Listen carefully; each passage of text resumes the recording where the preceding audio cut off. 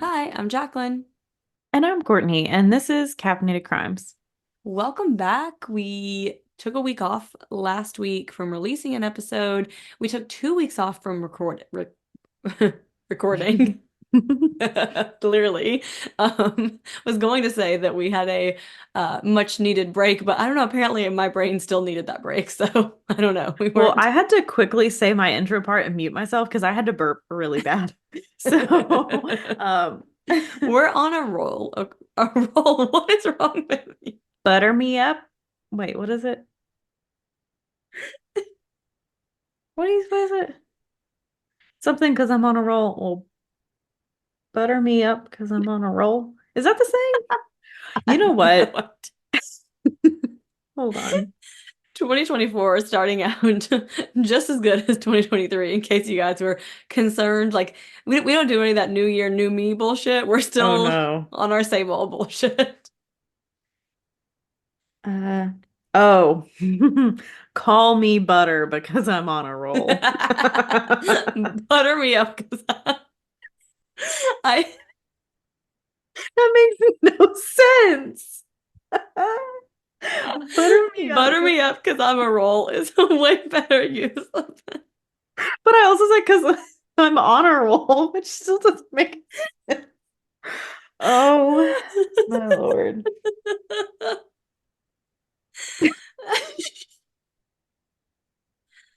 Oh boy, I don't even know where to begin. Oh my goodness. Oh goodness. If If that's that's not like the not most Courtney thing I've ever done, of just trying to say something and I have no idea what the saying actually. You're like, I don't know what it actually is, but I'm gonna make something up that Yeah. kind of sounds right, but I think is it's way better personally. But yeah, we are the first recording of 2024, just coming Hmm. right back at it with our usual nonsense, that hopefully you guys like, because otherwise you probably would not be here. But I don't know, maybe you hate it. Don't tell us that though, because that would hurt our feelings.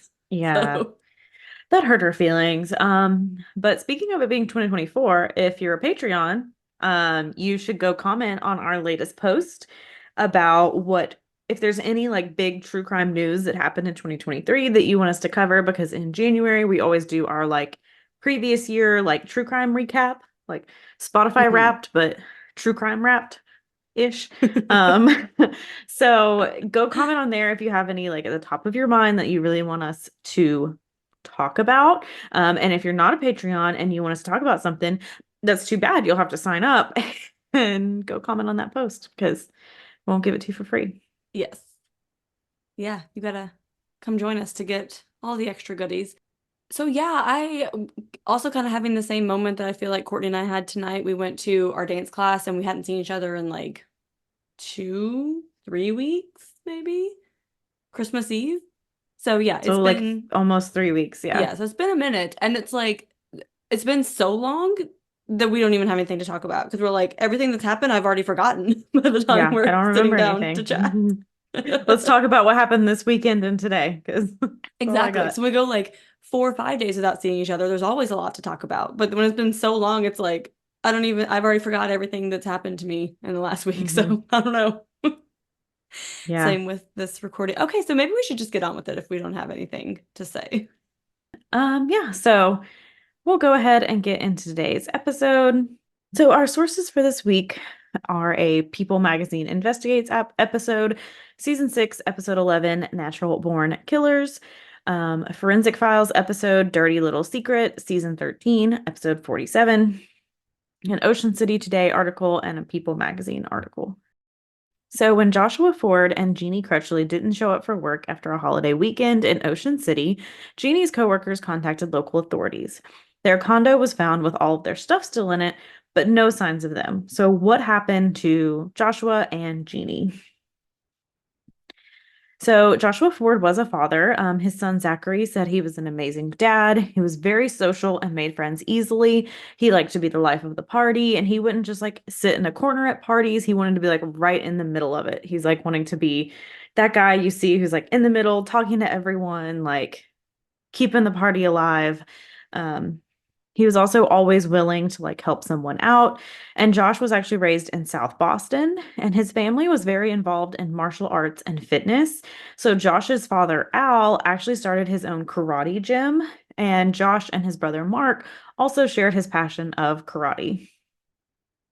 So at the business, they created their like own like logo, and it was like a red dragon and a yin yang symbol. And Al, Mark, and Joshua all eventually got it tattooed as well. So it like meant a lot to them, like this symbol. And Josh even wore a dragon ring. And Josh and Mark loved Boston sports. They were huge fans, and they tried to go to as many like Celtic Celtic games. That's right, not Celtic. It's Celtic. I feel like every time I say it wrong. So It's a confusing word, I feel like. yeah. Um, those games and Red Sox games. So Josh was married, but him and his first wife did get divorced when Zachary was 2 years old. So Zachary spent most of his time with his mother, and he would spend at least 6 to 8 weeks a year in Boston with Josh. Josh liked to date. He didn't really like to be tied down. He kind of just wanted to like date around, not really have a serious relationship. But that did change a lot when he met Martha Margene Crutchley, and she went by Jeannie. Um, Zachary said his dad just seemed happier than ever, like once he met her. And they actually met in 1999 at a Christmas party. And Jeannie was very nice and calm. She was very loving and just seemed like an overall happy person. Zachary really liked Jeannie, and he said she was always nice to him and made his dad very happy. Um, and in 2001, they had been dating for 2 years, and Jeannie was an insurance executive and Josh was a mortgage broker. They were both like self-described workaholics, like they both worked like a lot of hours, just kind of who they were, what they did. And Josh was offered a job in Fairfax, Virginia, and the job was just too good to turn down. So Josh and Jeannie moved to the DC area. And unfortunately, as far as like Josh and Jeannie go, that's about as much as I could get. Couldn't really find much on Jeannie besides what Zach kind of said in the episode. So that's kind of all we have, unfortunately. Yeah.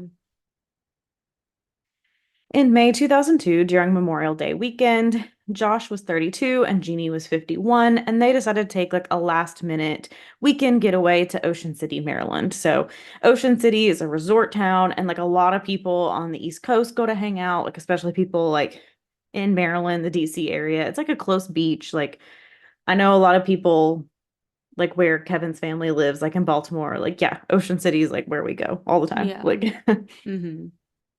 so year round, the population in Ocean City is 20,000 to 25,000. But during the summer, that spikes to 300,000 to 500,000 people. So Wow. That's a clearly, lot. the summer is really popular. And especially Memorial Day weekend. It's kind of the start of summer. It's your first like long weekend in a long time. It's very, very popular. Mm-hmm. So on Tuesday, May 28th, 2002, the holiday weekend is over and people start going back to work. However, Josh and Jeannie didn't show up. And again, this is weird. They're self-proclaimed workaholics. It would be unlikely for them to just like not show up or call. And Mark, who again is Josh's brother, was getting pretty concerned because he hadn't heard from Josh since Saturday. And on Saturday night, the Celtics won, and Josh and Mark tried to talk about it on the phone, but the bar Josh was in was just like too noisy to hear each other. Like he was kind of just calling on like a phone in the bar because it's still 2002. Like cell phones exist, but not really. like, um, it was kind of too noisy to hear each other. And so Josh was supposed to call again to catch up more. And Mark called the next day too, and Josh didn't answer. Again, all on like payphones, hotel phones. So, I mean, Mark is concerned when he doesn't call, but also he's like, well, I just can't get a hold of him at the hotel. Yeah, definitely feel like it was more common to like not be able to reach someone for a couple of days at that time than it is now because, if you Mm-hmm. think like, oh, I just happened to not catch them at home versus when you always have a phone on your person now. Yeah. And Jeannie had made an appointment with her employees, about 25 of them, on this Tuesday and never showed up. She didn't call, and she had even spoken to them like while she was on vacation. Like, again, self-proclaimed workaholic, even when she's on vacation, she's talking to them. So they know something's wrong. Like, she's not gonna have this big work event and just not show up and not call. So they did report her missing. They contacted local law enforcement in Fairfax, who then reached out to law enforcement in Ocean City. So Ocean City police said they didn't have any like reports of two missing people from Fairfax, and the Fairfax officer told him they were staying in the Atlantis condominium and gave them their unit number. The Fairfax detective also said the car they were driving had a license plate that says like Geney. So kind of distinctive, like a little personalized license plate that they can kind of pick out the car easily. Detective Scott Bernal in Ocean City took the details, and his boss actually wanted to send him home for the night because he didn't want to pay him overtime. And in the interview, he was like, "This was the first time I disobeyed orders because I was like, my gut was telling me something was wrong. Like, I needed Mm-hmm. to do a check on this couple," which was like really fortunate once you hear what happens, but sometimes you gotta follow those gut feelings. Yeah, definitely. So detectives went to the Atlantis condominiums to look for Josh and Geney. So the parking lot was basically empty. Again, like people come a lot in the weekends. Most people are gone. But Jeannie's car was there with the license plate. And the car didn't look like it had been moved in a while. There were like sand and like leaves on it, and there was some like debris by the cars. So it's like kind of windy near the beach. So they were like, we can tell like sand's like built up on it and hasn't been moved like at least in a little bit. Mm-hmm. So detectives go into the unit and it looks like someone had just like left abruptly. So like wine glasses with half drink wine were left out. Their belongings were still unpacked. Their computers, clothes, cameras, everything is still there. Josh's wallet was still there with like cash and credit cards. The only thing they didn't find in the apartment was both of their driver's license, so that was missing. Detectives found a receipt from the Green Turtle, which is a popular bar and restaurant in the Maryland area, and it was time-stamped for Saturday night. So they find another receipt in the trash can, which was a grocery receipt from when they arrived on Friday night. They kind of took an inventory of everything on the grocery list, typical things you're going to buy when you go to the beach, like a lunch to take for the beach, snacks for the room. Everything they had bought was in the unit. So it's kind of concerning since, like, everything is still there, but no one's heard from them in like 3 days. Yeah, definitely a big clue that something is wrong here. Especially with like wine glasses with half drank wine. Like, why are you just like leaving? Like, Yeah. you wouldn't just Why leave didn't you that finish your out. Like, wine and like I leaving know. your cash and credit cards and yeah. Yeah. And also, like, you were supposed to have been out of this unit and checked out, and your stuff is still all there. Mm-hmm. So, detectives try to jump into the investigation, but as we mentioned, Ocean City is a tourist spot. So, as the hours move on, they're losing a lot of possible leads as people head back home. So, a lot of people aren't staying, they're going to be leaving, might not get this potential information. So, Ocean City police put a flyer out as soon as possible. So detectives also go to the Green Turtle to see if any of the staff like happen to remember them. And one of the waitresses does remember Josh and Jeannie because they were so kind. She said it's like a crazy weekend. I'm sure they're dealing with a lot of rudeness. So I think just kindness in general just stood out a little bit. So she kind of remembered them. She remembers them eating there, but doesn't really remember seeing them after they paid their bill. There is a bus stop outside of the Green Turtle, and in the summertime, it's known as like the drunk bus because a lot of people who've like had too much will just hop on it, go to another spot. So detectives reviewed the transit system logs from Saturday, May 25th, and the bus driver that night does remember Josh and Jeannie, and he remembered how they paid for another couple's bus fare because that couple didn't have change for a 20. So again, they're just super kind people and are being remembered because of how kind they are. Like, Yeah. and the couple they helped were white and in their 20s, and they all got off the bus together when it stopped at Secrets. So, Secrets is another bar in Ocean City that's widely known, and on holiday weekends, it'll be packed. Some of the Secret staff remember seeing the two couples that night, and they actually waited in line to get into the bar for like an hour. So, like, stood outside talking, whatever, for an hour before being able to get in. Once they were inside, they partied together, but none of the staff remember seeing them leave, and that's kind of where they lose their trail on Josh and Jeannie. Then on May 29th, 2002, in the middle of the night, a silent alarm tripped at Hooters in Ocean City. So police show up and find a car pulled up to the back with a door open to the Hooters merchandise store. And half of the items from the store were either in the car that had pulled up or on the curb. So clearly a robbery in process. Um, so officers approach and see a man and a woman with merch in their hands. They asked officers, like, can we just put it all back and we can forget this all happened? That's usually how it works. You're just like, Mhm. okay, you caught me. Here you go. I won't take it. I'm Oopsie, I'll just put it gonna go back. home now. Um, That's not how so that works. that's not how that works. That was not an option. So officers do arrest the couple. And in the vehicle, they did find ski masks and flex cuffs, which can be used to like bind someone's hands. And during the vehicle search, the female like suspect starts to have like a panic attack. And she's like, I need my medication. Like, I need it from my purse. Like, she's freaking out. So officers were like, okay, well, open your purse and find a 357 Magnum revolver, as well as a live round and four casings. And then next to the gun, there's two driver's license belonging to Joshua Ford and Geney Crutchley. So now they're like, oh, we were missing these. Why are Yeah. they here?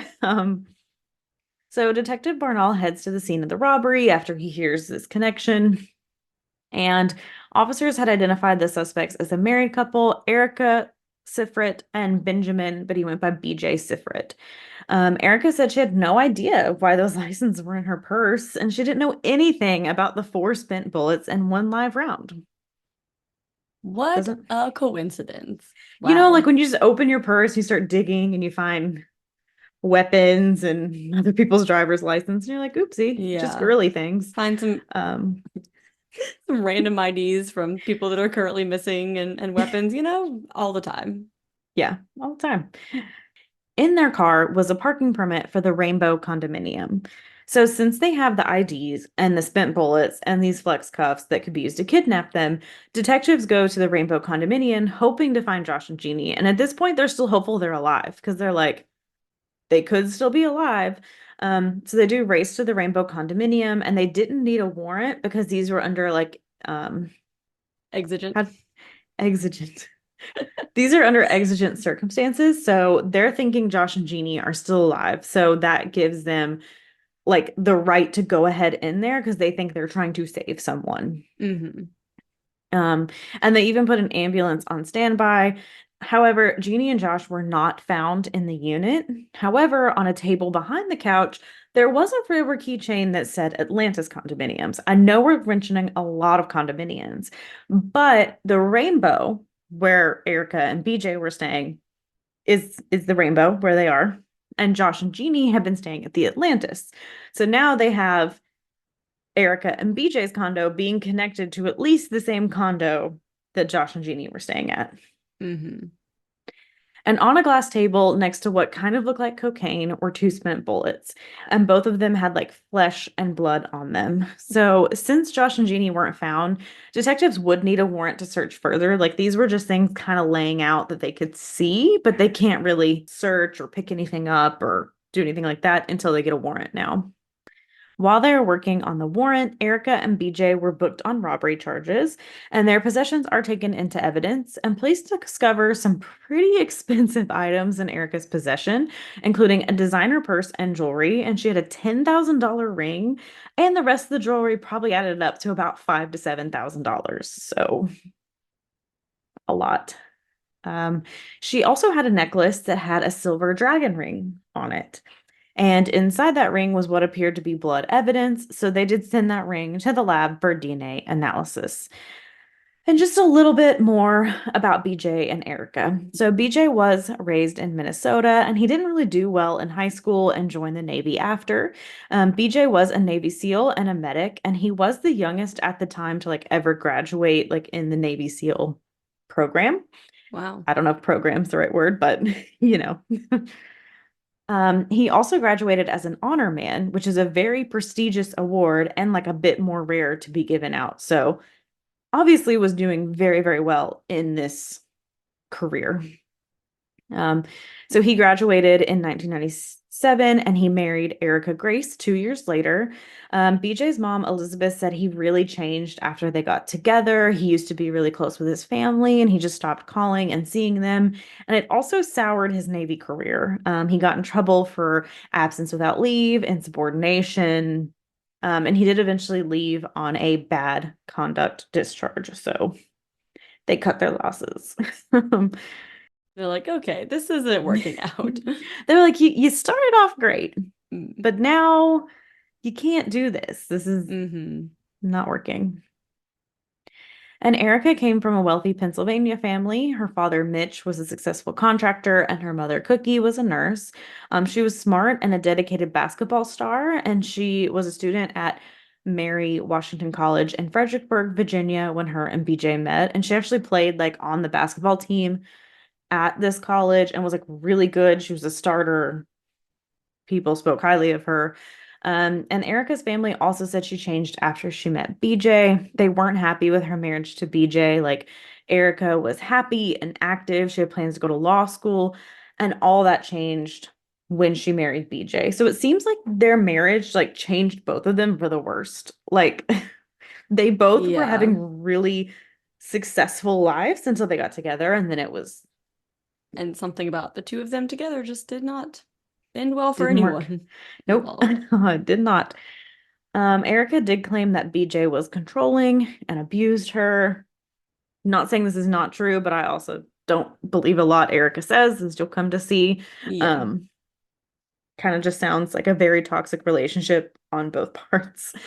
And they were a self-proclaimed Bonnie and Clyde. So they had a string of burglaries, especially of Hooters stores. Like Erica loved the shirts from the Hooters chains, like they just say Hooters, and like I think they have the city on them. Like she loved those. I don't know why she started stealing them instead of just buying them, but she did. Um, and Erica did take Xanax and Paxil for anxiety attacks. And the couple had a lot of snakes, and they owned a scrapbooking store in Altoona, Pennsylvania. And BJ did have a swastika tattoo on his chest. Oh. Yeah, I had to include that Oh. part. Yeah. So Erica said they weren't having like much sex, like their spark had gone out, but that like burglaries and the risk that would like come with that is kind of what would get BJ going. Like that like ignited the sexual spark back in their relationship. Um, Hmm. yeah. And they started small and then kept escalating with the crime, as you'll see. Okay, so back to May 2002. We're going back a little bit. So, Detective Scott Bernal was actually also an honor man in the Marine Corps. And he said he hadn't met another honor man until he met BJ. Like, that's how rare it is. Like, he hadn't met anyone else. And he's like, you know what? Bingo. I have a common connection. Like, I can buddy buddy with this guy. He'll talk to me. I'll use it to my advantage. However, once he said it to BJ, all BJ said was, I want an attorney. So, that shut down anything there. So Detective Bernal moves on to Erica. She seemed anxious, but was very bubbly and flirty. She answered all the questions until he started asking about Geney and Josh, and she kind of dodged those questions. She says like she never met Josh or Geney, and he finally asked, he was like, look, be straight up with me. Like, are they alive? Give me a statistic on it. And all she said was 50-50. Which, if you don't know these Okay. people and don't know anything, why'd you be like, that's a weird question. I don't know. Yeah. Like, Like, I think you're making it obvious that you had some involvement in this situation. for sure. So detectives were able to obtain the warrant for the unit at the Rainbow condominiums, so they go back now to investigate. And the forensic unit found that the bathroom had been scrubbed clean. It looked very clean to the naked eye, but the forensic unit said that they could tell there had been a puddle of blood in the bathroom so thick that it was about an inch high on the floorboard, which just like to imagine that Hmm. volume of blood, you know? Yeah. So underneath the vanity, if you like look up, there was a smudge of blood, and on the back of one of the doors, there was a droplet of blood that you could see like where it had like dripped down. And there were also blood stains against the baseboard and blood evidence found in the hot tub. And they also found a bullet hole. So clearly something happened in this bathroom. Yeah. The bullet had gone through the drywall and came out the other side. And by the hot tub, there were like two glass panes so you could like look out and see the ocean, and there were handprints on those panes as well. So in the living room, there was a stack of pictures, and one of the first pictures is of Josh and Geney. They also found scrapbooks that Erica had made that like detailed her life with BJ, and Detective Bernal thought that it was odd because like why would you bring all this stuff from your house to be gone for like a few days on like a beach trip? Like why Hmm. would you bring like all of your life's pictures and scrapbooks to go to like a little trip? Yeah. Yeah. Like when I go on a weekend trip to the beach, I'm not being like, let me find my memory box that has all my high school yearbooks and shit in it. Like, Yeah, I'm gonna take this with me, just have something to do. yeah. So they're just like tubs and tubs of items. One of them was full of the scrapbooks that started from when they met and like went through their relationship all the way up to the photo of Josh and Jeannie where they had met them at Secrets. So in this photo, you see Josh wearing a ring that had a two-headed dragon on it, just like the ring that was found in Erica's purse. So Detective Bernal used this photo as leverage to interview Erica again, because it's like, okay, now we have proof that you did know this couple. I mean, in addition to their driver's licenses in your purse, You have a but picture of them in your scrapbook. Like, this yeah, is very damning. yeah. So this time she admits that she did run into them at Secrets and they shared a few drinks. She said Josh and Jeannie offered to pay for their bus pass if they bought their first drink, so that's where the picture came from. So they're like, basically, we don't have this change. Oh, we'll get your bus pass, get our drink at the next place. Hmm. So she said they were having so much fun that they invited them back to their room to party in the hot tub. Josh and Jeannie stopped at their room to get bathing suits, and once they got to the Seifert's room, things started to go badly. So Erica said that she was missing an expensive ring in her purse, and she accused Josh and Jeannie of stealing it. She said that BJ lost it and pulled out a gun and made Josh and Jeannie strip down.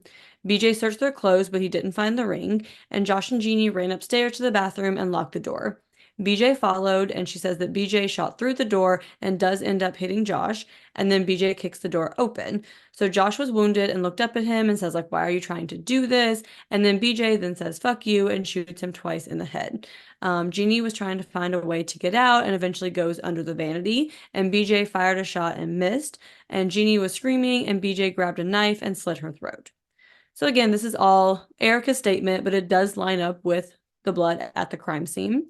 Hmm. Investigators had found that bullet that missed that went through the drywall, and the forensic unit said there was a thick pool of blood in the bathroom that could be explained if BJ cut Jeannie's throat and she bled out.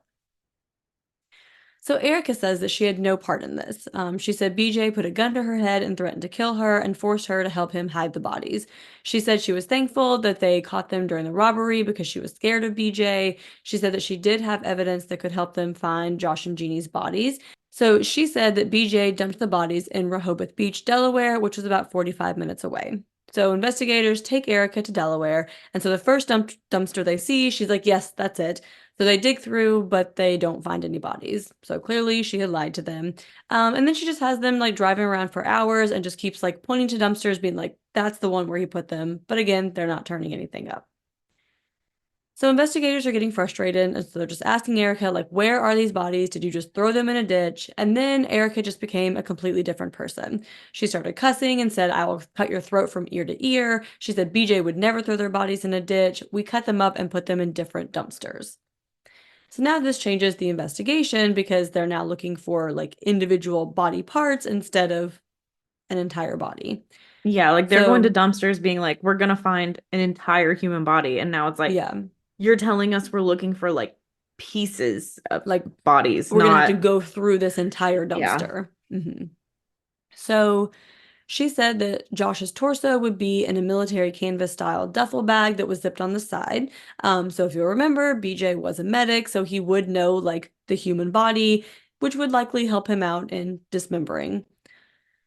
So now police contact Sussex County Sanitation to figure out the garbage routes and they try to like help them narrow down which cell in the landfill they should search.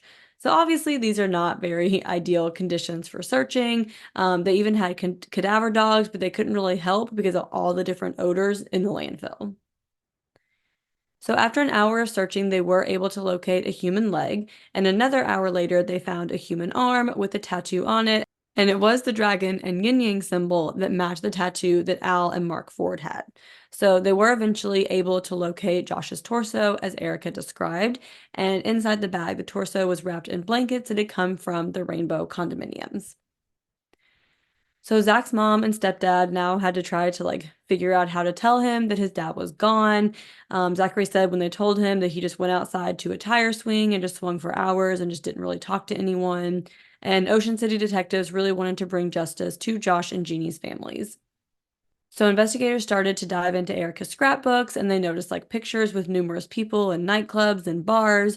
So the police decided to try and identify all of these people. And one of the people they identify is Melissa Seeley. So Melissa shares a story about BJ and Erica that's very similar to what happened to Josh and Jeannie. So on the Tuesday after Memorial Day weekend, a friend of Melissa's met BJ and Erica at a bar and called Melissa to come join. So they convinced Melissa and her friend to come back to the Rainbow condominium. When they get in the condo, Erica's purse goes missing, and again, out comes the gun. BJ then tells Melissa, I just killed 2 people last week. I have no problem doing it again. Melissa pleads with BJ to try and let her find the purse, and so they do find the purse under some couch cushions. She said BJ just completely changed and was talking to them again like they were best friends. So again, very similar to this situation with Josh and Jeannie, and Melissa never contacted the police. Which has to be so scary. Like you're hanging out with people, you're Yeah. chilling, you go back to their room, and then all of a sudden they're just flipping shit and pulling a gun on you, and then you find the person who's like, okay, so anybody want some more wine? Right, Like, another round? Okay, let's get back to our card game. Oh, yeah, okay. like crazy. Yeah. So the medical examiner was able to find evidence that strengthened the case against Erica and BJ. So the leg at the landfill was Jeannie's, and unfortunately, the leg was all they were able to recover of Jeannie's body. The medical examiner said that she would not have been able to survive with the removal of that leg because it wasn't done in a hospital where they could have stopped the bleeding. They're we know from this leg that she is not alive. So Hmm. they could now prove that Jeannie had also been murdered. And in Josh's torso, they found a piece of lead that belonged to a bullet, and the medical examiner ruled that Josh was killed as a result of a homicide, and the specific cause of death was a gunshot wound. Testing on the bullet from Josh's torso came back from the same weapon found in Erica's purse, a .357 revolver, and the DNA on the bullet was Josh's DNA, and the ring recovered from Erica's purse was found to have Josh's blood and DNA on it. So, when you talk about an ironclad case, this is one of them. There's Hmm. not a whole lot of doubt here. Yeah. So on June 1st, BJ and Erica Seifert were charged on 2 counts of first-degree murder along with other charges. At the request of the families of the victims, they agreed to take the death penalty off the table. And a month later, Erica strikes a deal with the prosecution. So if they could see that Erica hadn't been involved in the murders and if she would testify against BJ, then they would not prosecute her for the murders. But in order for that to happen, she had to take and pass a polygraph test. So Erica sat down for a pre-test interview, and in that interview, she made a lot of statements that were way more incriminating than they'd heard before. So she now indicated that she was the one who killed Jeannie, and she was the one who stabbed her with a knife. She said she was surprised at how much pressure it took to pierce the flesh. She said that she also got a tattoo in Ocean City and put it on the same spot on her side that she had stabbed Jeannie.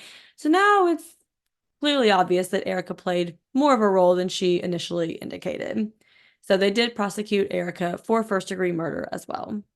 Which is just disgusting Yeah. that you would go get a tattoo in the same spot where you stab someone. Like, Like, what goes through your brain to, so cruel, just yeah, cruel. definitely. So in April of 2003, Benjamin Seifert goes to trial. So Melissa Seeley is called to testify. So she testifies about her night with the Seiferts and about how BJ said that he had killed 2 people earlier that week. And then BJ decides to testify in his own defense. So he says when they got back to the Rainbow that he fell asleep in the car and he never made it up to the room. And he didn't wake up until Erica came down and said, I killed 2 people and I need your help. We have to get rid of the bodies. So he said that he then went into the bathroom and then came back out. But this is inconsistent with the crime scene because there would have been blood on the carpet if he had walked into this horrific scene and then walked back out. Hmm. However, this wasn't enough to convince a jury. So BJ didn't talk to police and Erica didn't testify against him. So most of the stuff tying Josh and Geney to the ciphers was with Erica. So the IDs and the gun and bullets were in her purse. And on April 4th, 2003, BJ was cleared on all charges in Josh Ford's death. He was convicted of second-degree murder and first-degree assault in Geney's death. So BJ Seifert was sentenced to 38 years in prison with the possibility of parole. And on June 3rd, 2003, Erica Seifert goes to trial. The same witnesses who testified at BJ's trial testified at Erica's, but the use of the .357 revolver does seal the deal. So the jury finds Erica guilty of first-degree murder in the death of Josh and second-degree murder in the death of Geney. 2 months later, she's sentenced to life plus 25 years with the possibility of parole. So this case is just absolutely devastating. BJ and Erica had pictures of themselves like out eating crabs right after killing Josh and Geney, just like enjoying their vacation, like nothing Hmm. happened. Like they're Obviously, going out and like hanging out with other people and like yeah, drinking and living their life. And it's like, okay, even if BJ's claiming he was asleep and Erica did it and he just helped dispose of their bodies, like first off, you could tell someone that yeah, she did that and not help. But also the fact that you're just so unbothered that you're just continuing yeah. on with your vacation. Like, oh no, Like it's totally fine. Obviously, Zachary had a really hard time in the years after growing up without his dad. He said for about 10 years he just couldn't say his name or like talk about him without crying. And he did commit to himself after his dad's murder that he was going to become a criminal prosecutor. He did graduate from Texas A&M Law School. And Zach wants Josh to be remembered as the good person he was, and he just missed out on so much time with his dad and so many core life events because of what BJ and Erica did. Josh's brother Mark also lost his daughter in 2001 after she was found murdered. And from what we can find, her murder is still unsolved. So just like so much damn that poor tragedy man in in this a year. family. Like, Yeah. yeah, it was like within a year, his daughter was like murdered, and I'm pretty sure also found like dismembered. My And God. then the same thing happens to his brother. Yeah. Um, Just just devastating. yeah. So Erica and BJ did get divorced in 2010, and in April of 2022, BJ was eligible for parole. So Zachary Ford addressed the parole board at this parole meeting, and BJ was denied parole.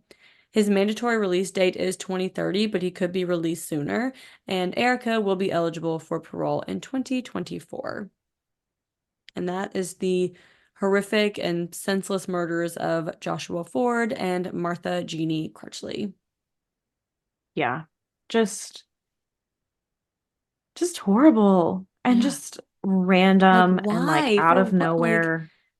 that's the thing. It's so crazy.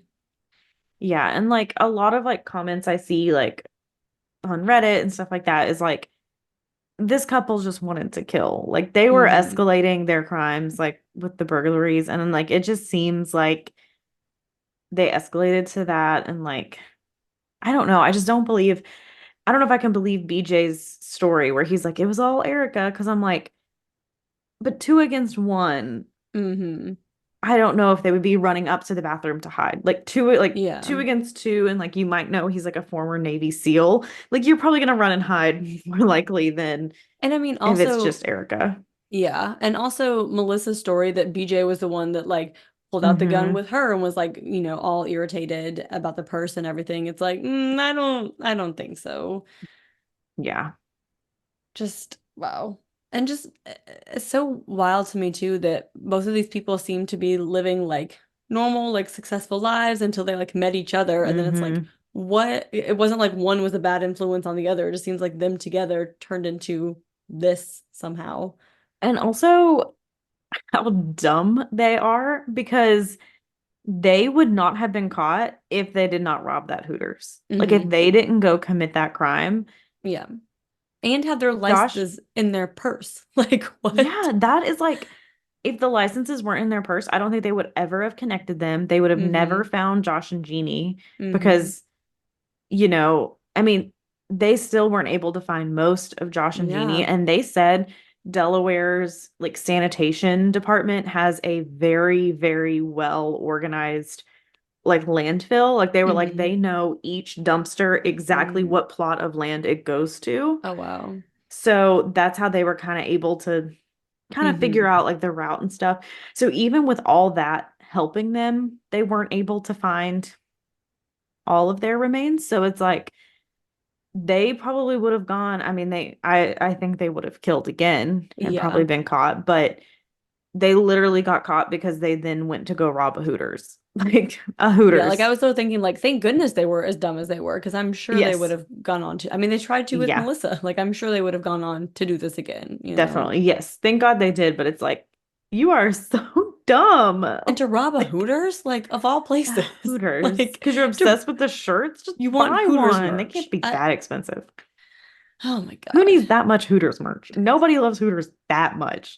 And it's not like it's like a high resale value that you'd be like, oh, I stole like a bunch of like, I was gonna say Yeah. TVs, but like Stanleys this week that I can like resell. Like, it's not even like that. Those Like, pink shiny Stanley.